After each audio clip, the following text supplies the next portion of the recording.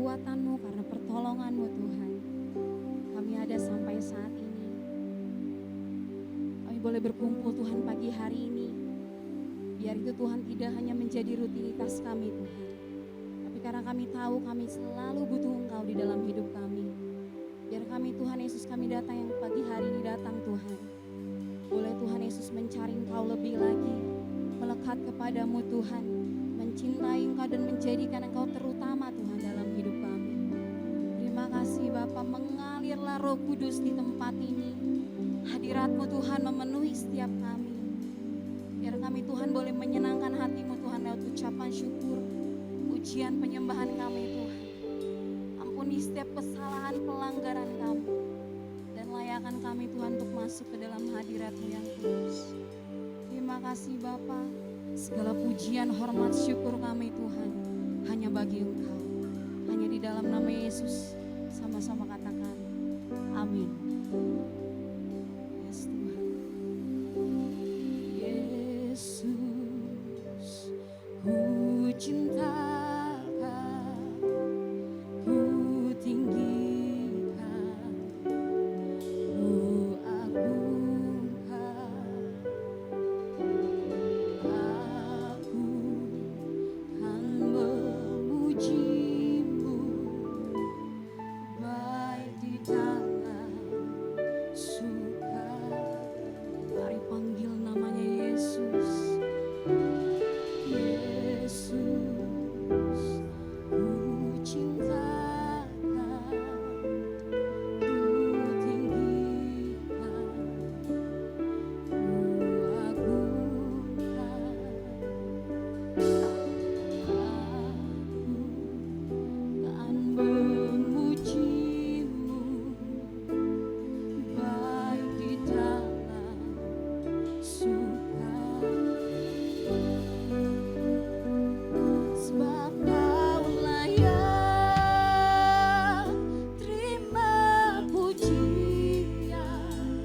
Sebab Kau layak terima. Kau yang layak terima pujian Tuhan. Oh, ku agungkan Yesus, Raja di atas segala raja. Haleluya. Mari katakan Yesus, ku cinta Kau. Yesus, ku cinta Kau, ku tinggikan, ku agungkan. Aku kan memuji-Mu, baik di dalam suka. Mari katakan sebab Kau layak, sebab Kau layak terima pujian. Sebab Kau layak terima pujian. Sebab Kau layak ku agungkan Yesus, Raja di atas. Sebab Kau layak Tuhan, sebab Kau layak, Kau yang layak terima pujian, terima pujian. Sebab Kau layak ku agungkan Yesus, Raja di atas. Mari lebih lagi katakan sebab Kau layak, sebab Kau layak terima pujian. Sebab Kau layak terima pujian. Sebab Kau layak ku agungkan Yesus, Raja di atas.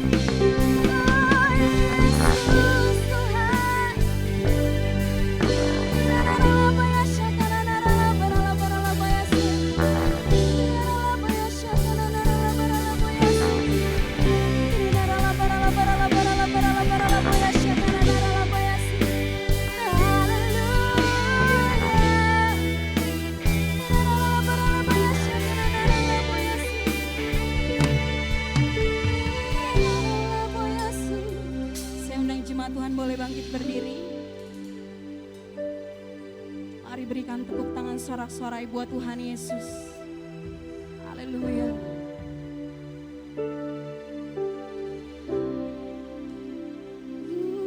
Kudus, kuduslah, kuduslah Tuhan, Allah semesta alam. Kudus, kuduslah,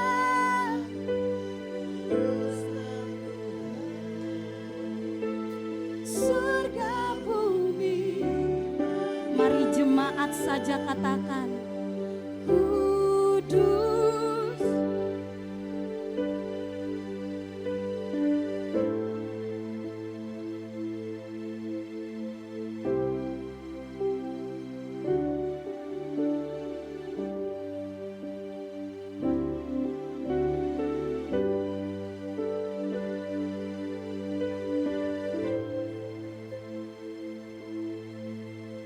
Surga bumi.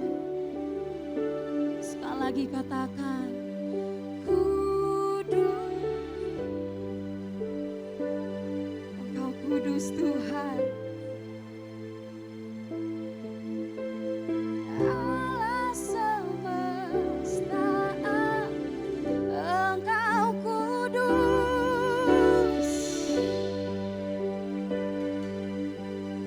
Kuduslah Tuhan, surga bumi.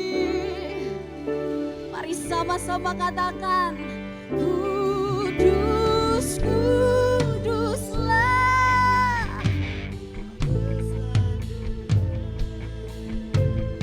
Allah semesta, Engkau kudus.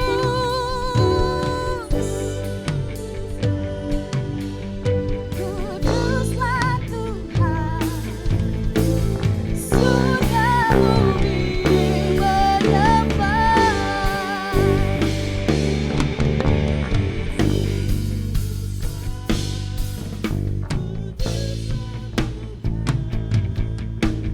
Allah semesta alam. Kudus, kuduslah, kuduslah Tuhan, surga bumi menyembah. Kuduslah, kuduslah Tuhan, Allah semesta, Engkau kudus. Kuduslah, kuduslah Tuhan, surga bumi. Mari sekali lagi katakan, kudus, kuduslah. Kuduslah, kuduslah Tuhan, Allah semesta alam. Kudus, kuduslah, kuduslah Tuhan, surga bumi. Surga bumi menyembah. Surga bumi.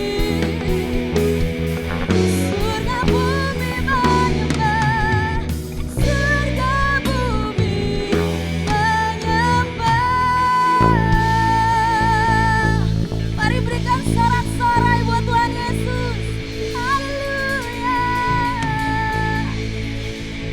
Ya Tuhan, Engkau kudus. Segala pujian syukur kami kembalikan Tuhan hanya bagi-Mu. Hanya di dalam nama Yesus sama-sama katakan, amin. Haleluya. Sekali lagi shalom. Saya mau lihat lambaian tangan-tangan umat Tuhan yang bersukacita pagi hari ini. Boleh lihat kanan kiri depan belakang. Katakan mari bersukacita di dalam Tuhan.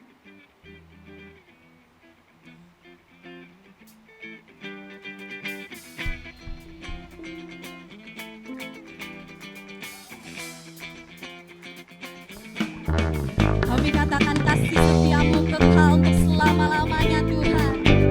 Haleluya.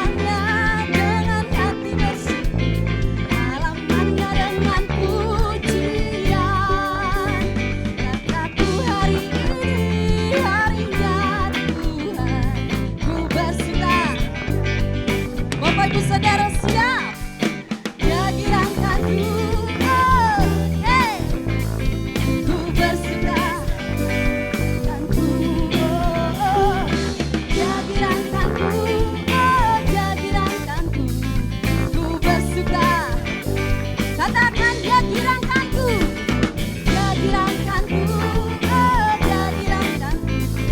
Ku bersuka sebab Dia girangkanku, oh Dia girangkanku, oh Dia girangkanku. Ku bersuka. Dia girangkanku, oh Dia girangkanku. Ku bersuka. Haleluya. Dia girangkanku, oh ku bersuka. Bapak Ibu Saudara, mari ikuti singer. Dia girangkanku, Dia girangkanku. Haleluya.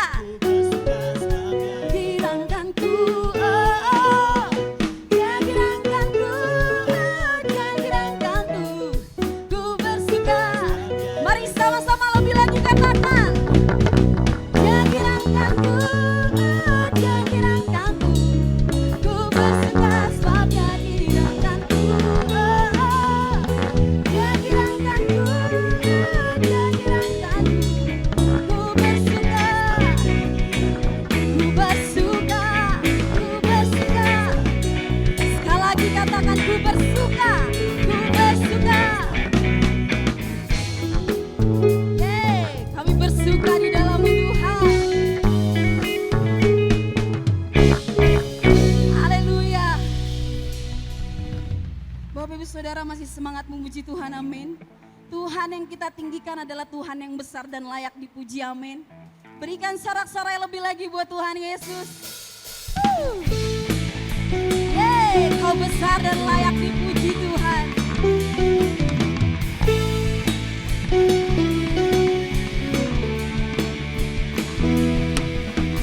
Besarlah Tuhan dan layak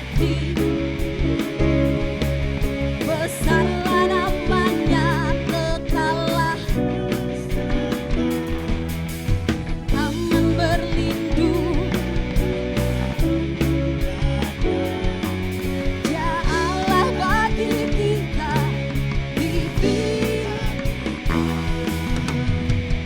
Terpujilah Tuhan, terbukti kuasa-Nya. Dia telah menunjukkan kasih-Nya pada kita. Sebab Tuhan berbakti menyayangi. Terpujilah Engkau Tuhan, terpuji namanya. Yesus Allah perkasa, Engkau Allah perkasa.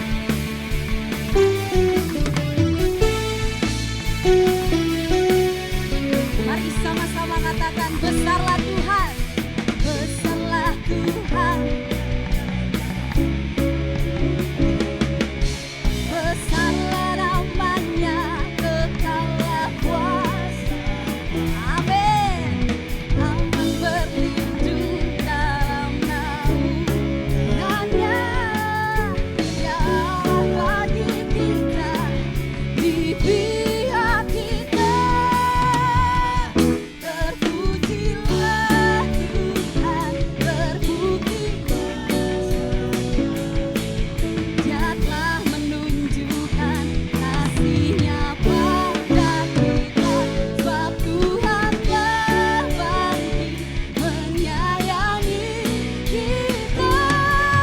Terpujilah Tuhan, terpuji namanya. Yesus Allah perkasa. Terpujilah Tuhan, terbukti. Mari katakan dengan iman. Dia telah menunjukkan kasih-Nya pada kita. Sebab Tuhan berbakti menyayangi kita. Terpujilah Tuhan, terpuji namanya. Yesus Allah. Mari sekali lagi katakan terpujilah Tuhan.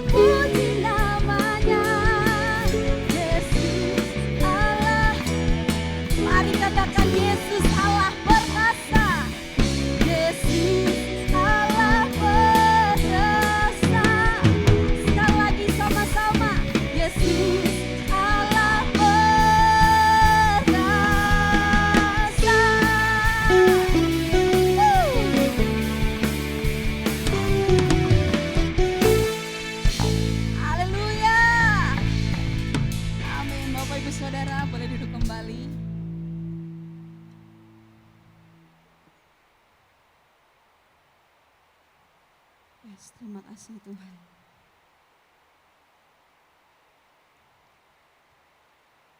Kami tahu Tuhan kehadiran-Mu segala-galanya bagi setiap kami. Terima kasih Tuhan.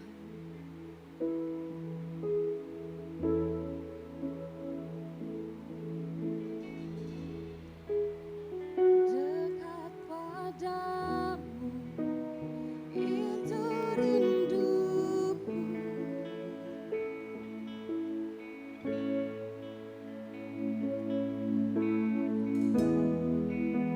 Setiap kataku kau pun menunggu.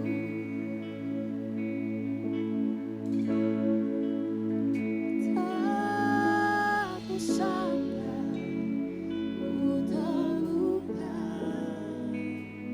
Satu kasih yang abadi kini ku datang dan ku bawa hidupku. Mari katakan dekat padamu itu rindu.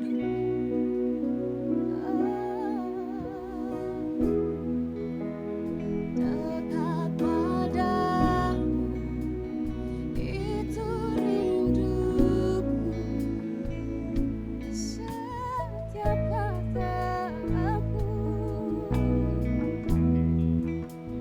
setiap kataku kau pun menunggu. Tak kusangka ku terluka. Satu kasih yang abadi kini ku datang dan ku bawa hidupku. Memandang wajah-Mu, memandang wajah-Mu,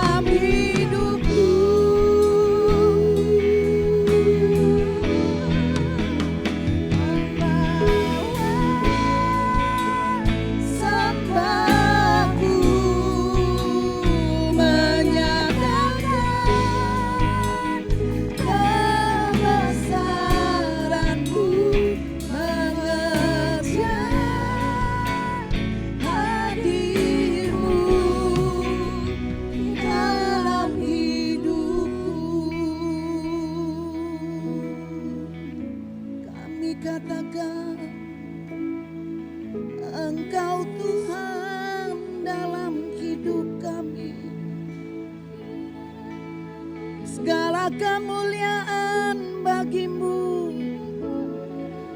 segala hormat bagimu Tuhan. Kaulah Raja kami,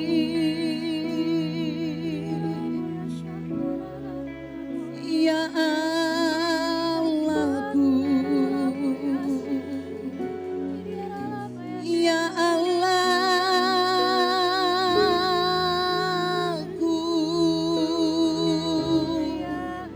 Saudara belajar untuk menyembah Tuhan. Saudara gak usah lihat kanan kiri, saudara mulai naikkan ucapan syukurmu kepada Tuhan. Biar di tempat ini saudara mengalami urapan Allah. Saudara mengalami sesuatu di dalam hidup saudara. Ya Ralamayamo, ya Ralayamo,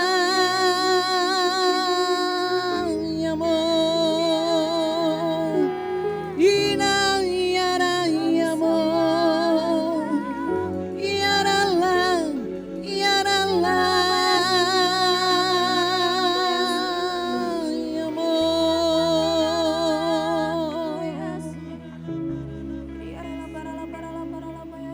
Amin. Yang sudah dibaptis bahasa roh, saudara berbahasa roh. Bagi saudara yang belum dibaptis bahasa roh, saudara berdoa dengan bahasa yang bisa dimengerti pada pagi hari ini. Kurabataka karalabayasi, kuyaralabaralabayasa kakaralabaralabayasana, uramataka karalabaya patasaka karalabayasi, kurikina motaka karalabaralabasaka karalabaralabasana, yaralabayasi. Makasih Tuhan, makasih Tuhan, makasih Tuhan. Bagi Dia segala pujian, hormat serta syukur kekal selamanya. Bagi segala pujian, hormat serta syukur selama-lamanya. Jemaat saja angkat pujian ini. Bagi, katakan, keluarkan dari hatimu pagi hari ini.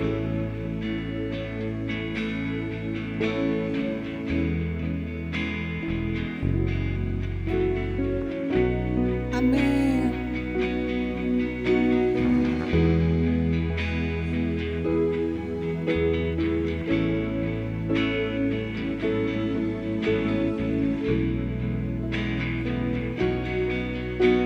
Lebih sungguh lagi katakan bagi Dia.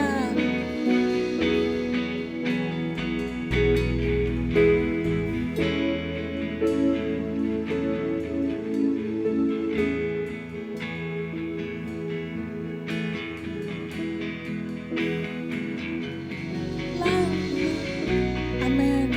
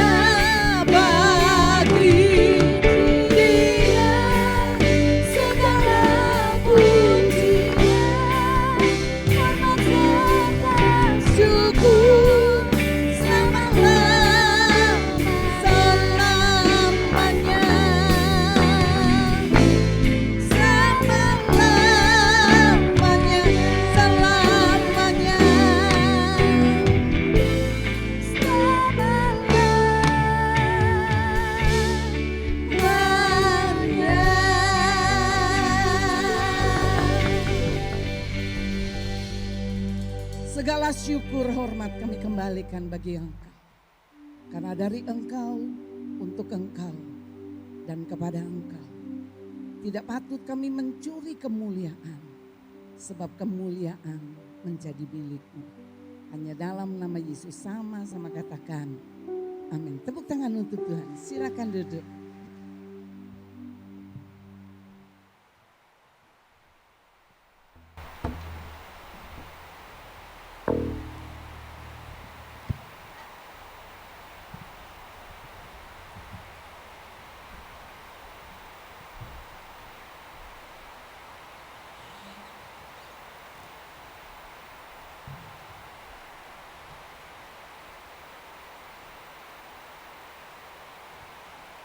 Oh, Shalom.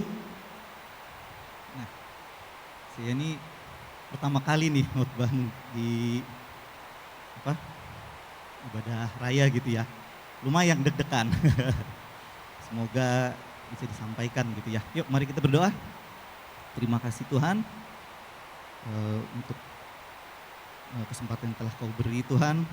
Kami percaya Tuhan, firman yang ditabur Tuhan, Kau sediakan Tuhan,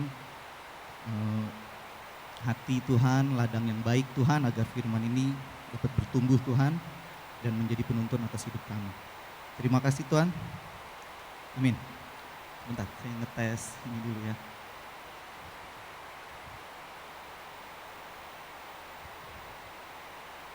Bisa. Oke. Khotbahnya tetap bicara soal kesalehan. Mungkin sudah berapa bulan gitu ya khotbah soal kesalehan. Nah, saya mau nih. Kesalehan itu apa sih? Kalau pakai kalung salib besar-besar disebut kesalehan. Apa pakai baju ada salibnya, bawa Alkitab itu disebut kesalehan. Karena apa? Kalau menurut saya, kesalehan adalah hidup kudus. Karena apa? Sekarang ini konsep hidup kudus di kekristenan ini hampir tidak ada lagi. Saya bilang kenapa hampir tidak ada lagi? Karena apa? Yang ada konsepnya lebih begini. Kekristenan itu merangkul dunia. Jadi hidup tuh setengah-setengah. Contoh gini, saya tuh dulu sering lihat gitu ya di Facebook gitu ya, ada temen gitu ya, suka banyak feed lah begitu ya di Facebook. Jadi satu saat tuh dia tulisan itu firman banget gitu. Terima kasih Tuhan, Tuhan tuh dahsyat melakukan hal yang tidak mungkin menjadi mungkin. Kata saya mantap nih dia. 3 hari, 4 hari kemudian feednya itu gambar dia lagi di Bali begitu. Sambil sebelahnya itu ada bir, sambil minum bir gitu. Healing, time to healing. Apa menurut saya apa kekristenan kayak gitu ya kita berpikir. Kok jadi kayaknya setengah-setengah. Jadi kayak gini, kita tuh pakai 2 baju, ada 2 baju. Ketika kita mau ke gereja, kita pakai baju warna putih. Biar kelihatannya suci kita.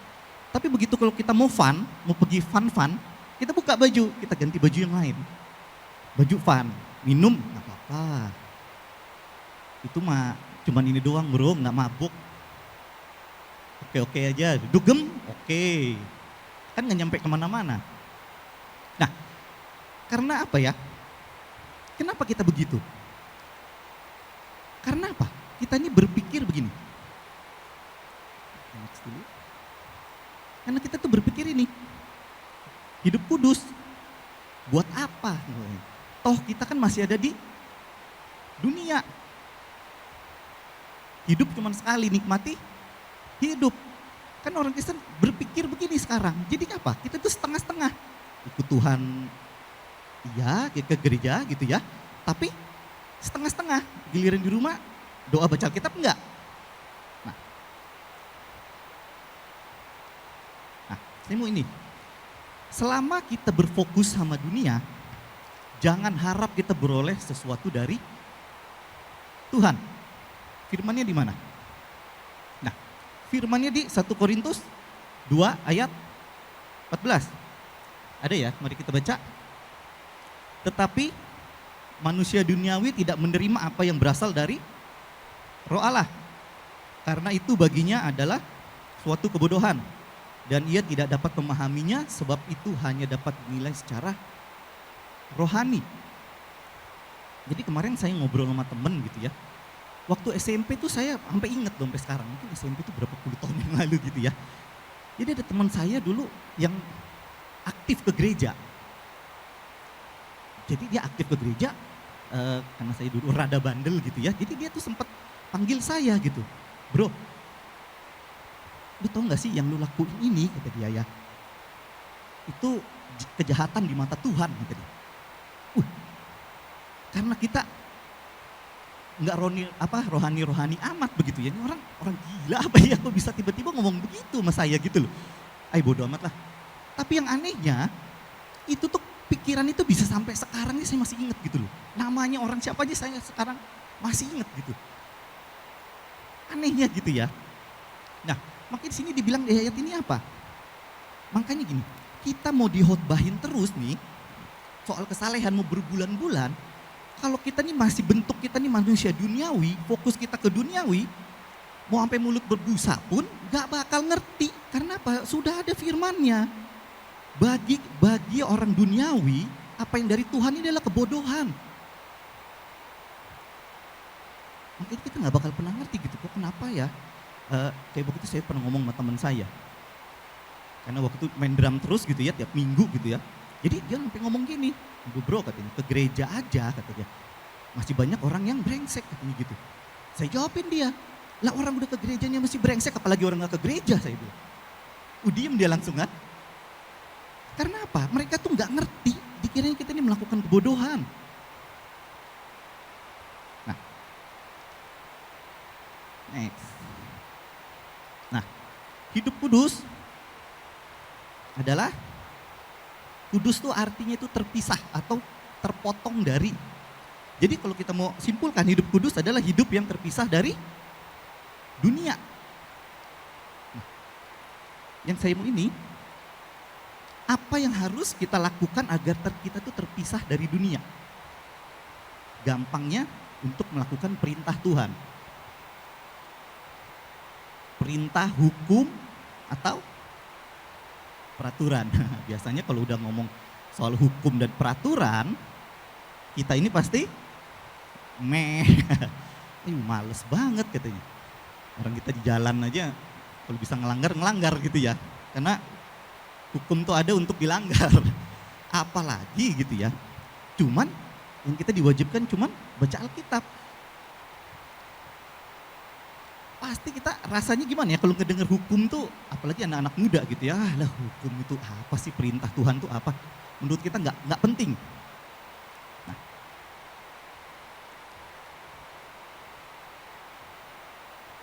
Nah, ini ada ayatnya gini. Kenapa sih? Kok kayaknya kalau kita ngedengar kata hukum, kita tuh merasa kalau kita itu dikekang, dibatasin, seakan-akan di penjara.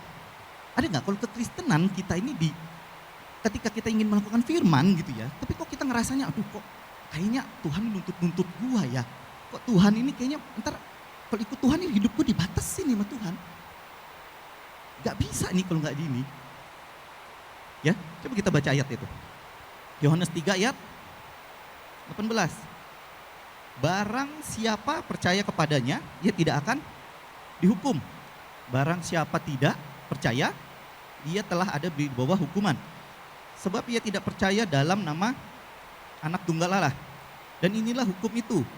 Terang telah datang ke dalam dunia, tetapi manusia lebih menyukai kegelapan dibanding terang. Sebab perbuatan-perbuatan mereka jahat. Sebab barang siapa yang berbuat jahat, membenci terang dan tidak datang kepada terang. Supaya perbuatan-perbuatannya yang jahat itu tidak nampak. Jelas gak? Kenapa kita orang Kristen itu kayaknya seakan-akan kalau mau datang sama Tuhan itu kayaknya masih setengah-setengah gitu loh. Di ayat ini tuh udah jelas. Ketika Tuhan itu dibilang terang gitu ya, kita tuh kenapa sih kok kayak setengah-setengah gitu mau datang ke Tuhan? Karena apa? Takut perbuatan-perbuatan kita yang jahat itu nampak. Jadi apa? Kadang-kadang tuh masih ada dosa yang kita mau pertahanin gitu loh. Pokoknya Tuhan boleh, kayak tadi saya bilang gitu, kayak kita tuh pakai dua baju. Ada dosa-dosa yang Tuhan nggak boleh Tuhan sentuh. Pokoknya kalau yang itu jangan ya Tuhan. Ya, next.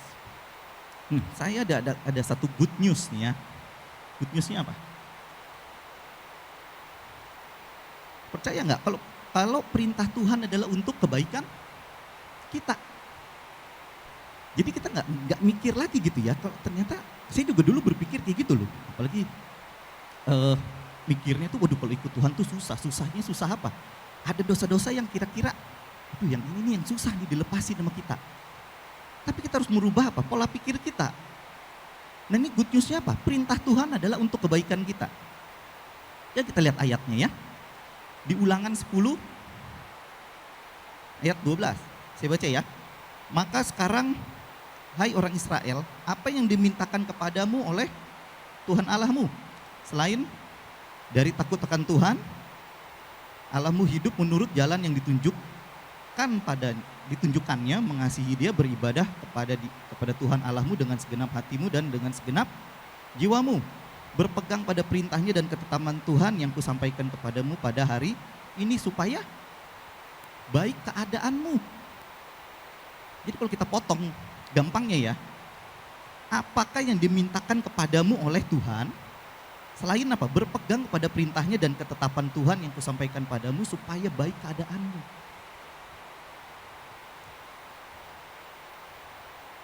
Supaya baik keadaan kita, kata Tuhan.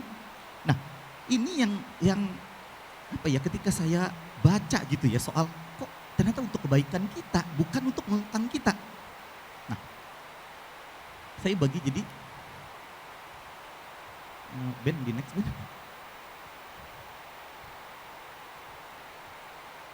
Nah, saya bagi jadi dua.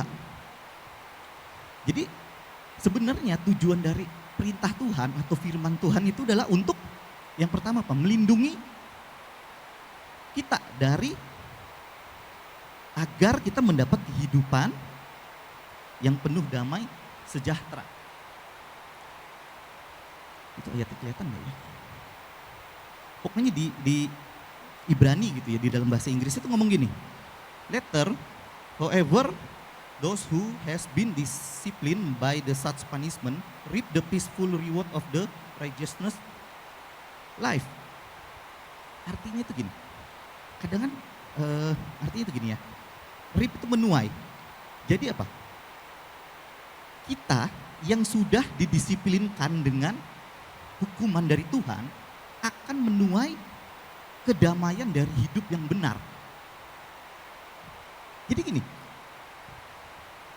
selama hidup kita tidak benar, kita nggak bakal mendapatkan kedamaian. Intinya itu begitu. Banyak orang kan mencari kedamaian, cari healing. Healing aja kan orang mencoba mencari kedamaian. Ya lu pun cuma sebentar.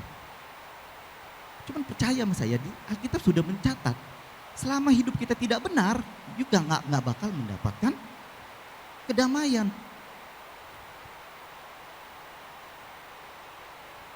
Jadi apa? Mendapatkan reward peaceful dari hidup yang benar. Jadi apa? Firman Tuhan itu sebenarnya untuk melindungi kita biar kita mendapat kedamaian di hidup kita. Itu yang pertama. Yang kedua apa? Membebaskan. Kalau perintah Tuhan itu apa? Akan membebaskan kita dari segala sesuatu yang mengikat. Nah, di sini apa? Yang mengikat kita apa? Ada pornografi, perzinahan, alkoholik, bahkan apa? Makan berlebih. Makan berlebih juga menurut saya bisa dimasukkan. Nah, membebaskan kita dari ketika gini, example-nya itu paling mudah itu gini ya. Nah, misalnya yang mungkin yang udah apa, punya anak yang udah cewek nih, yang udah agak gede-gede, pasti ntar ngerti. Jadi gini, anak itu ngomong sayang sama kita. Papa aku sayang papa gitu ya, anak itu ngomong. Pesan kita sama dia, perintah kita sama dia cuman oke, yang penting jangan ada seks di luar nikah. Sekarang saya tanya, ketika ada perintah itu, apakah hidup anak ini dikekang? Apa dia nggak bisa bebas? Enggak kan? Tetap apa aja dia bisa menjalani hidup asal jangan melakukan. Ketika anak ini melakukan hal yang dilanggar bapaknya, sekarang itu buat kebaikan siapa? Buat kebaikan si anak. Jelas gak? Ini udah contoh menurut saya yang paling gampang. Jadi ketika papa, saya sayang papa, oke kamu jangan lakukan ini ya. Ntar kalau kamu lakukan ini, ntar kita pusing berdua gitu kan. Gak cuma pusing anaknya doang, bapaknya juga pasti pusing ntar. Ya, jadi itulah Tuhan tuh kadang kan kalau ngasih kita perintah gitu ya. Contoh deh yang paling mudah kayak tadi tuh alkoholik. Jangan minum ya bro. Karena minum itu apa?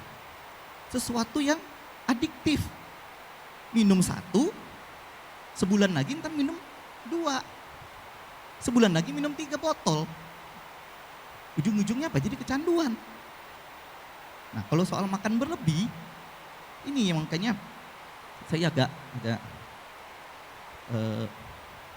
bingung gitu ya, kok gak pernah disampaikan gitu kan. Karena gini, ketika kita minum, ketika kita merokok, apa yang dipakai firman? Oh itu bait Allah. Bait Allah gak boleh dirusak. Lah kalau makan berlebih, kita ini udah tahu ada kolesterol, tapi kita makan tuh babi panggang banyak-banyak. Hah, merusak bait Allah gak sekarang? Sama-sama merusak. Cuman yang satu dalam bentuk makan, yang satu dalam bentuk kelihatan. Merokok gitu kan kelihatan bener, bukan orang Kristen tuh kayaknya tuh.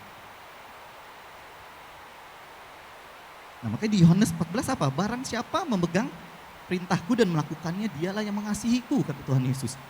Jadi gak ada orang yang cuman memegang dan mendengar perintah tetapi gak pernah melakukan. Itu gak ada.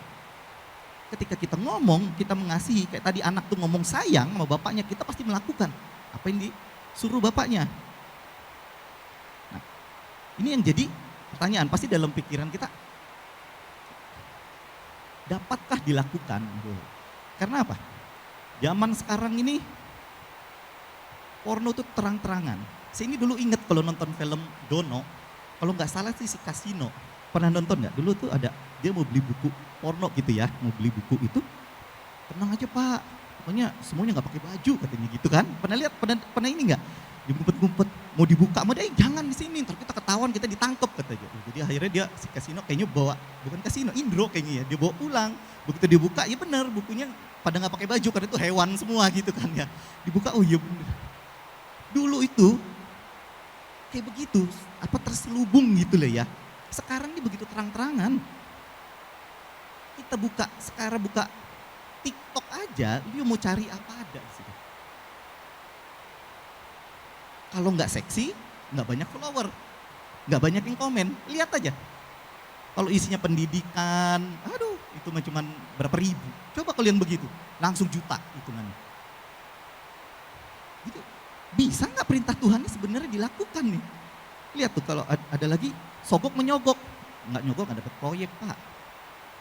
Bapak nggak ngerti dunia ini kerjanya gimana? Waduh, kerjanya gimana? Kalau nggak korupsi, nggak bisa.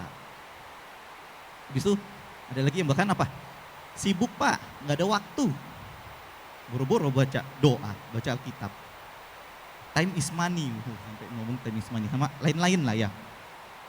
Nah, saya mau ini satu tokoh gitu di Alkitab yang benar-benar relate sebenarnya sama zaman sekarang. Namanya siapa? Daniel. Daniel nih menurut saya kalau kita baca kitab Daniel itu benar-benar relate benar sama kehidupan kita sekarang.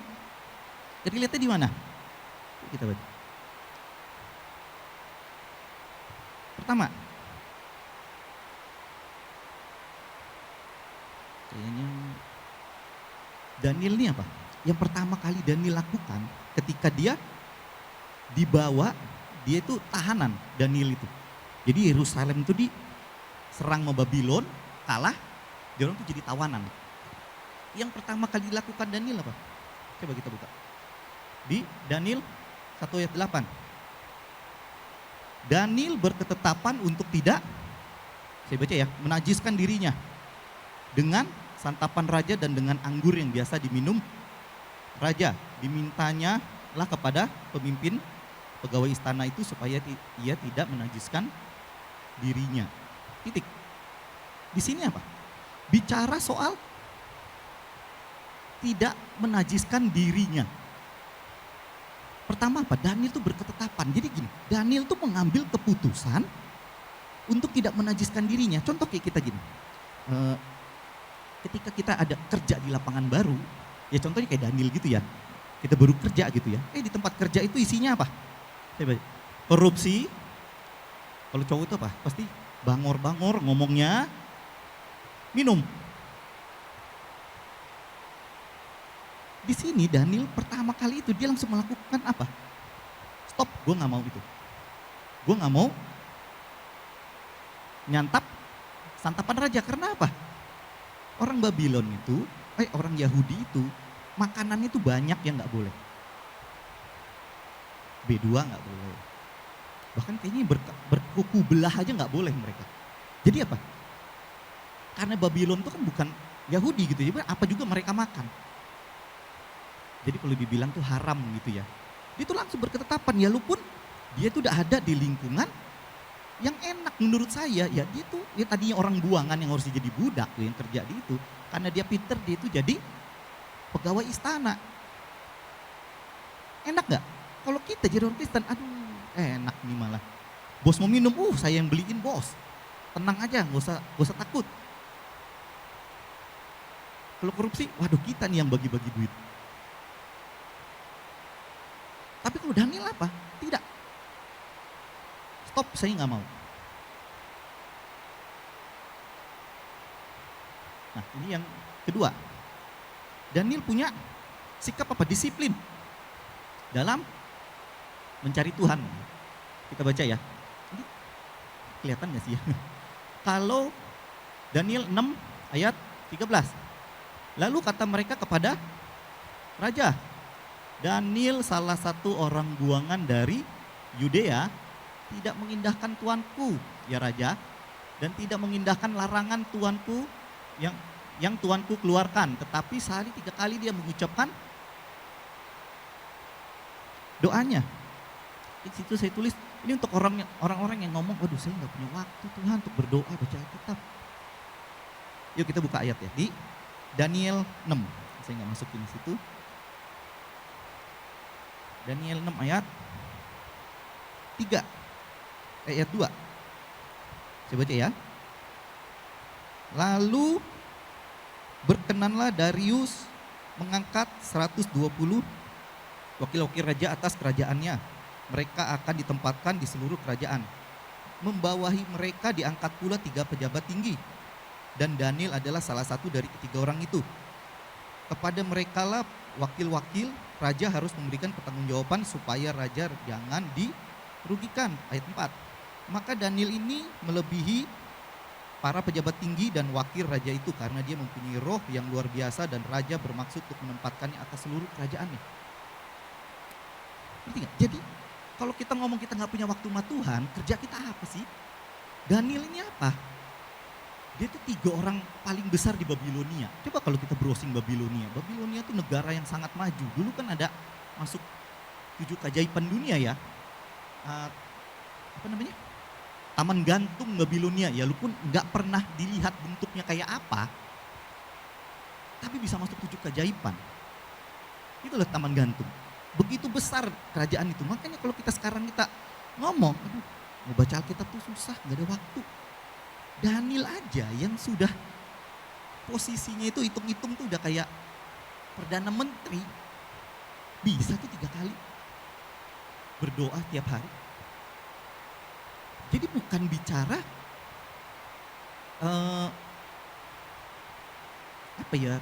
bukan bicara aduh saya nggak punya waktu. Bukan itu asal. Tapi bicara apa? Mau atau tidak mau. Kalau nggak mau, gak usah pakai alasan nggak punya waktu, gitu aja. Ngomong aja, tidak mau, titik. Ya, lihat nih pekerjaannya, saya percaya lah, apalagi zaman dulu gitu ya, masih semua harus ditulis tangan. Sekarang masih mending bisa online. Oke, yang ke 3. Tell the truth. Daniel ini orangnya berani ngomong yang benar. Ngomong soal kebenaran. Jadi saya baca ya, ini agak panjang gitu ya. Jadi agak pelan-pelan aja deh. Di ayat 22 ya. Kalau bisa buka lebih bagus deh. Di Daniel 5 ayat 22.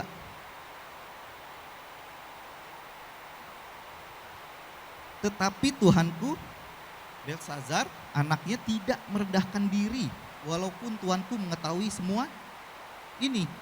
Tuanku meninggikan diri terhadap yang maha kuasa di surga, perkakas dari baitnya dibawa orang kepada Tuanku, lalu Tuanku serta para pembesar Tuanku, para istri, para gundik Tuanku telah meminum anggur dari perkakas itu, dan Tuanku telah memuji dewa-dewa dari perak dan emas, dari tembaga, besi, kayu, dan batu, yang tidak dapat melihat ataupun mendengar atau mengetahui, dan tidak Tuanku muliakan Allah yang menggenggam nafas Tuanku dan menentukan segala jalan Tuanku. Sebab itu ia menyuruh punggung tangan itu dan menyuruh punggung tangan itu dan dituliskanlah tulisan ini.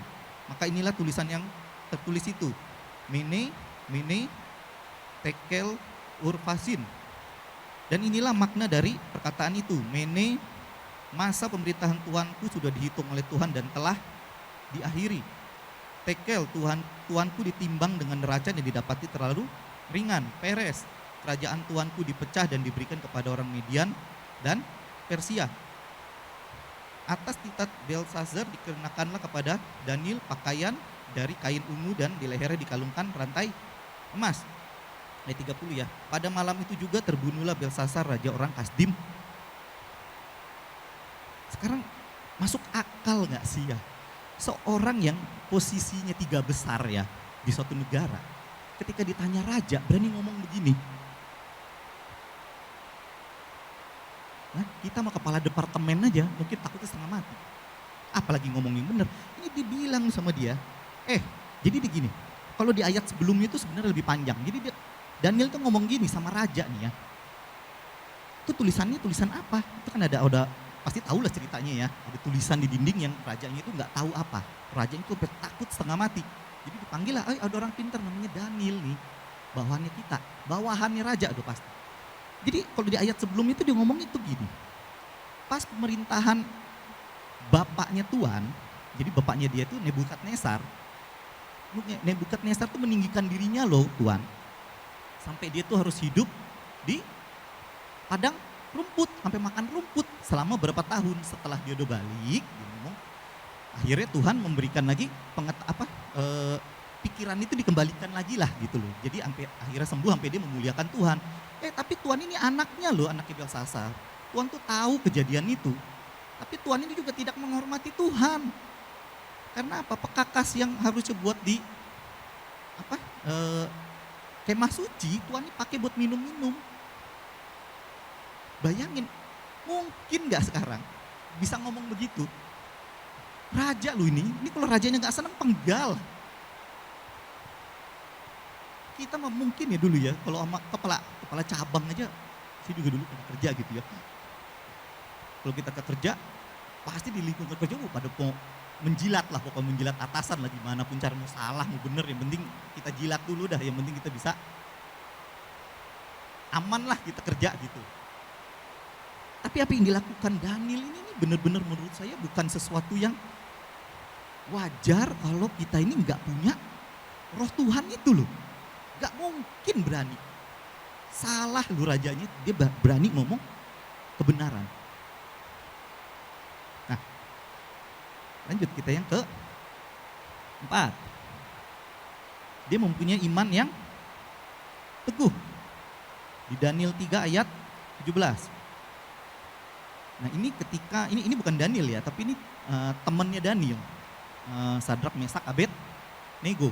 Jadi dia ngomong gini, jika Allah kami yang kami puja sanggup melepaskan kami, maka ia akan melepaskan kami dari perapian yang menyala itu dan dari tanganmu ya Raja. Tetapi seandainya tidak, hendaklah Tuanku mengetahui ya Raja bahwa kami tidak akan memuja dewa Tuanku dan tidak akan menyembah patung emas yang didirikan, yang Tuanku dirikan itu.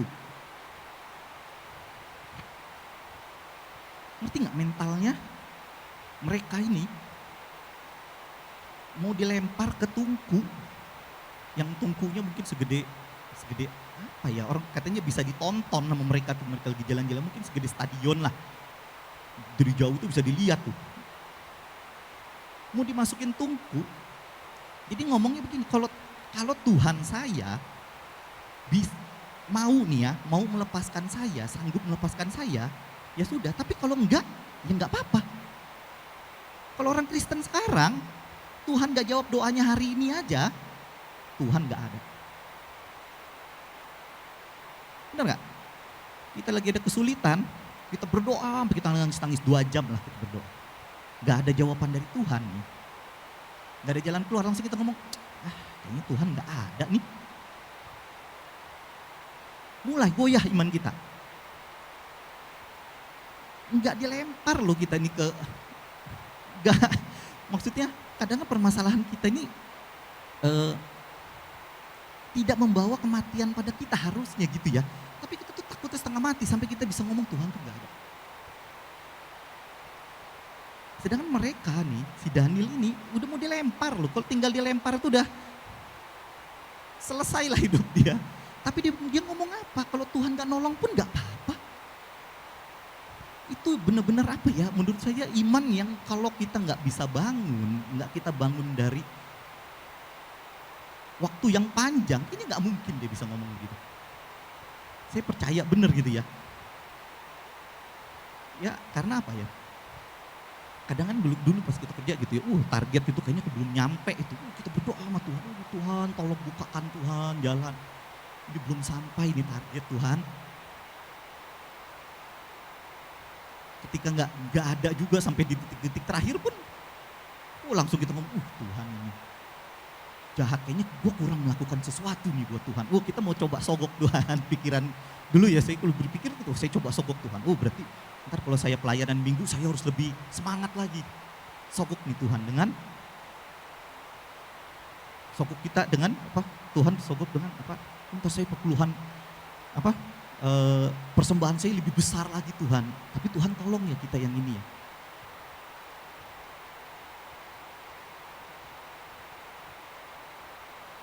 Nah, lanjut. Nah, pertanyaannya lagi, jadi masih bisa dilakukan nggak sebenarnya? Nah, saya ini pengen buat apa ya? Kita tuh ngerti gitu ya. Jadi ini ada analogi pelayan yang bodoh. Jadi pelayan yang bodoh tuh gini. Misalnya kita punya pelayan bodoh, nggak bisa kerja lah gitu kita ngomong ya. Selama dia duduk aja seharian, kita nggak pernah tahu kalau itu bodoh. Bener nggak? Dia cuma duduk aja ngejogrok. Ya udah kita liatin, dia lagi duduk. Kita lihat lagi siang, dia lagi duduk. Aman, nggak pernah tahu. Tapi kalau kita mulai suruh dia, kita perintahin dia, baru kelihatan kebodohan. Misalnya cuci piring pecah, jalan aja nabrak-nabrak kursi, misalnya begitu ya. Sama sebenarnya sama Tuhan. Selama kita masih hidup di dalam dosa, ya. Makanya apa? Ketika kita melakukan dosa kayak nggak ada apa-apa, biasa aja. Kita korupsi, biasa aja. Kita minum, biasa aja gitu loh, nggak ada. Nggak ada, kayaknya maksudnya nggak ada perasaan, aduh nggak enak ya apa, nggak ada.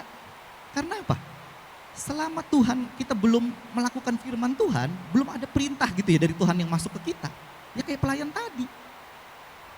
Ya kelihatan baik-baik saja hidup kita. Kenapa? Begitu kita melakukan, mulai kita bertobat, Tuhan kasih kita firman misalnya gitu ya. Firmannya yang paling gampang apa? Jangan marah gitu ya. Kok kenapa yang kita alamin kok kayak pengen buat kita marah-marah terus ya. Kesel gitu loh mulai jadinya, kok kenapa gue bertobat jadi begini ya. Ya, jadi kayak pelarian bodoh tadi, begitu ada perintah jadi kita ini bodoh gitu loh sebenarnya di hadapan Tuhan. Nggak bisa kan nih anak.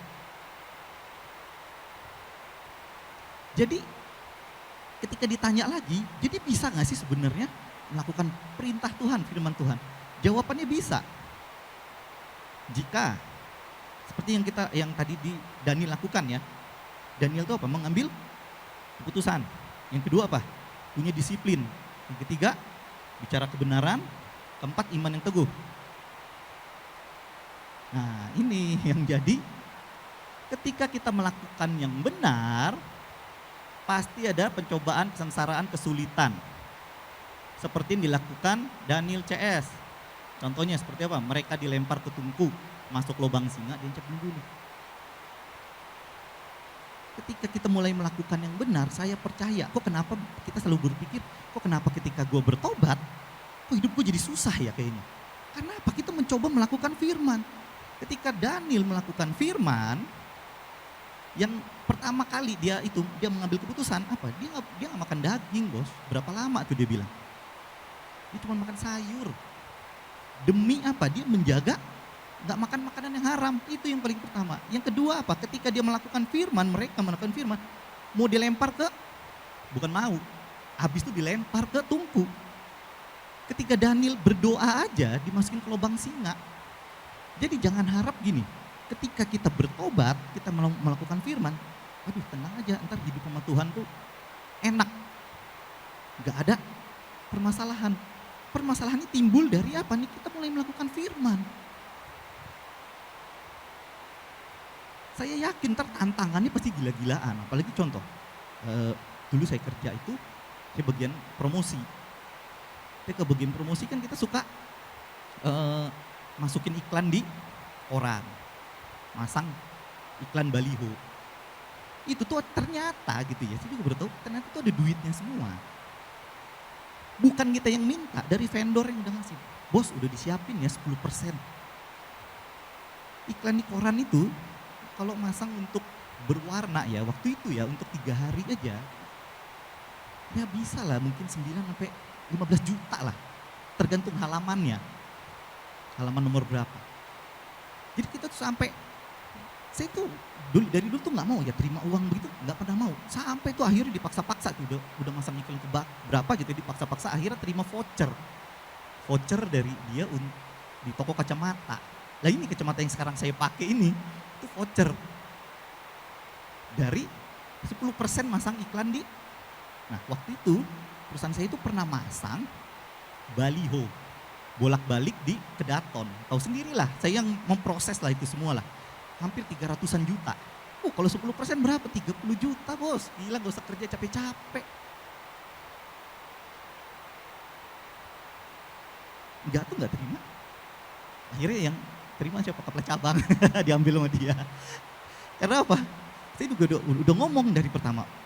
Kalau bisa dipotong aja. Gak usah potong-potong yang itu deh. Kepala cabang denger. Jadi dia main belakang lah. Sampai diantar duit itu pun saya lihat gitu. Dia dianterin duit gitu. Udahlah. Karena apa? Ini kalau yang bikin fokus kita, makanya tadi saya bilang ya, kalau fokus kita itu ya duniawi, kita akan menjadi manusia duniawi. Jadi apa aja kalau bisa kita makan. Seperti tadi firman ya, you gak bakal dapat apa-apa. Kalau you tuh masih fokusnya ke duniawi, gak bakal dapat apa-apa dari Tuhan. Percuma ke gereja, percuma ikut doa pagi, percuma saya yakin. Selama fokus kita bukan melakukan firman Tuhan. Makanya apa? Firman Tuhan ngomong begini, Roma 5 ayat 3. Dan bukan itu saja, maka kita malah bermegah juga dalam kesengsaraan kita. Karena kita tahu bahwa kesengsaraan itu menimbulkan ketekunan. Dan ketekunan menimbulkan tahan uji. Dan tahan uji menimbulkan pengharapan. Dan pengharapan tidak mengecewakan karena kasih Allah telah dicurahkan dalam hati kita oleh Roh Kudus yang telah dikaruniakan kepada. Jadi apa? Di situ dibilang firman itu apa? Kalau kita sengsara itu sebenarnya bahasanya agak salah sih ya. Sebenarnya kalau kita, kalau kita ada pencobaan karena melakukan firman atau ada kesulitan karena melakukan firman ya, malah kita itu harusnya katanya bermegah nih. Karena apa? Kesengsaraan kita akan menimbulkan ketekunan. kita mulai tekun mengikut Tuhan. Tuhan, saya lakukan dulu satu.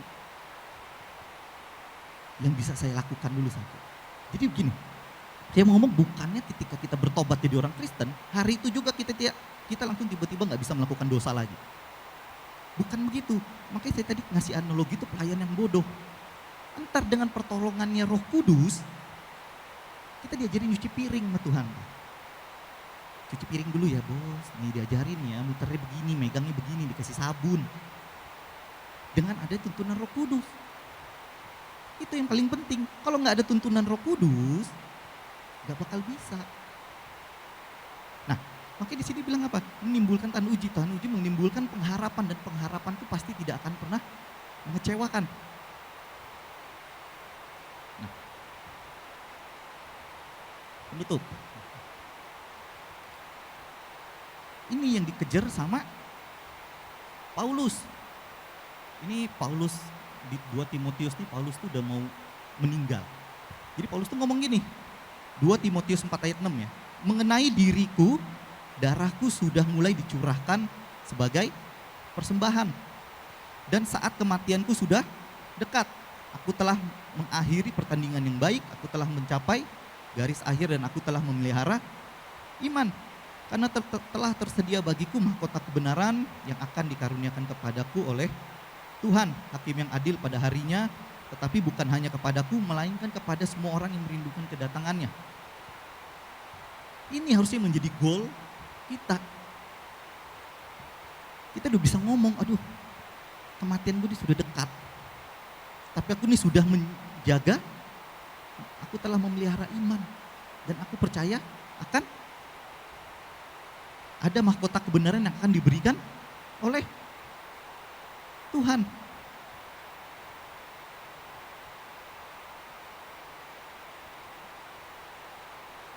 Ya, jadi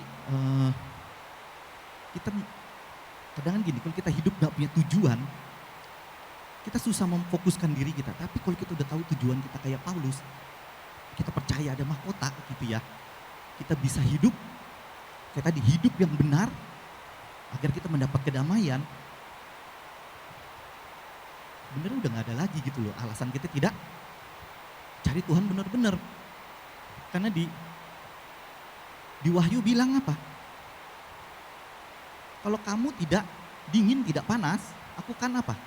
Memuntahkan kita yang suam-suam kuku, aku akan memuntahkan kamu dari mulutku, kata Tuhan. Ya, jadi saya berharap firman ini membukakan pikiran gitu ya. Seperti saya juga ketika baca firman ini juga terbuka gitu ya pikirannya ya. Kalau ternyata Tuhan tuh bukannya mau merintah kita, sebenarnya perintah Tuhan tuh buat yang terbaik buat kita. Oke, terima kasih.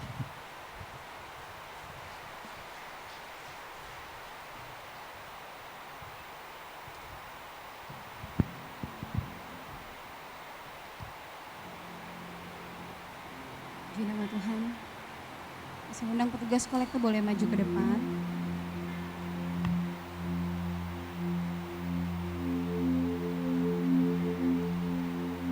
Sekali lagi mari kita berdoa.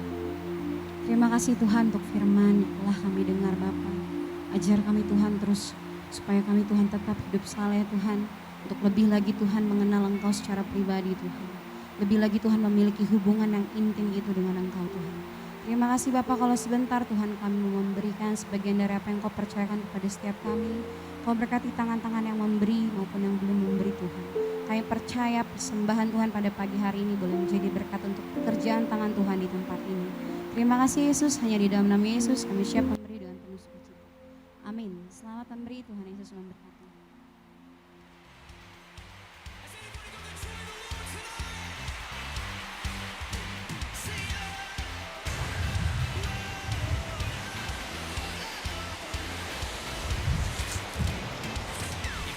Shalom jemaat yang terkasih, senang rasanya saya dapat menyapa Anda pada minggu ini.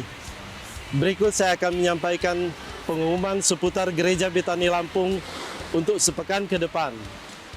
Ibadah Raya Gereja Betani Lampung dilaksanakan 2 kali, pada jam 7:30 pagi dan jam 5 sore. Mari kita nikmati hadiratnya bersama pada jam ibadah yang tersedia. Doa pagi akan diadakan jam 5:30 pagi setiap hari. Bagi saudara yang ingin mengikuti doa pagi dapat menghubungi Ibu Pendeta. Link Zoom akan dibagikan melalui grup WhatsApp gereja. Penyerahan anak akan diadakan pada minggu kedua dan baptisan selam akan diadakan pada minggu ketiga. Untuk info lebih lanjut dapat menghubungi Saudari Lia. Kami mengucapkan selamat datang dan selamat beribadah di Gereja Betani Lampung bagi saudara yang baru pertama kali hadir dalam ibadah ini. Biarlah kita terus bergabung dalam jam ibadah yang tersedia. Demikian pengumuman untuk minggu ini. Dalam Efesus 4 ayat yang kedua berkata, "Hendaklah kamu selalu rendah hati, lemah lembut dan sabar, tunjukkanlah kasihmu dalam hal saling membantu." Happy Sunday and God bless you.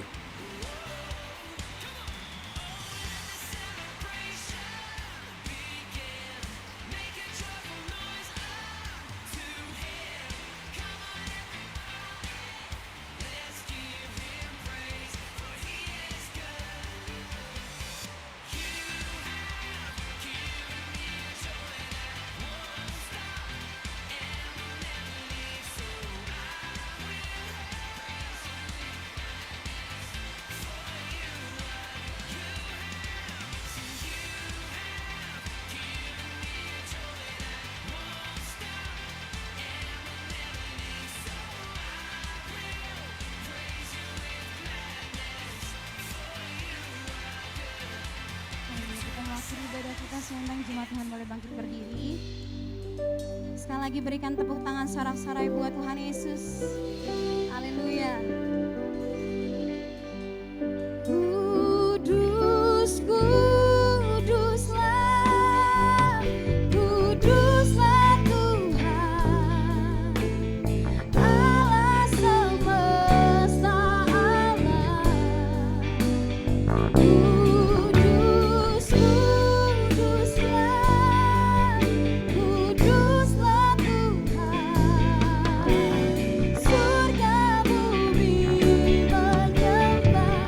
Mari lebih lagi katakan, kudus, kuduslah, kuduslah Tuhan, Allah semesta alam. Kudus, kuduslah, kuduslah Tuhan, surga bumi menyembah.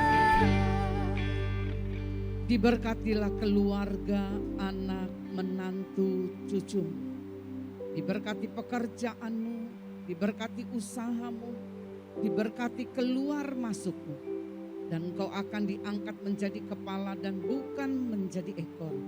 Jika engkau baik-baik mendengarkan perkataan firman Allah dan melakukannya, maka semua berkat ini menjadi bagianmu. Kita angkat kedua belah tangan kita. Pulanglah dengan membawa berkat yang berasal dari Allah Bapa, damai sejahtera di dalam Yesus Kristus, bahkan persekutuan di dalam Allah Roh Kudus. Mulai hari ini sampai Maranatha, Tuhan datang kedua kali. Yang terima berkat sama-sama katakan amin. Saudara bisa bawa teman saudara, minggu depan kita akan dilayani oleh Bapak Pendeta Ferry Felani. Saya tidak tahu kenapa tidak ada di pengumuman. Jadi Bapak Ferry Felani dari Jakarta. Tuhan memberkati.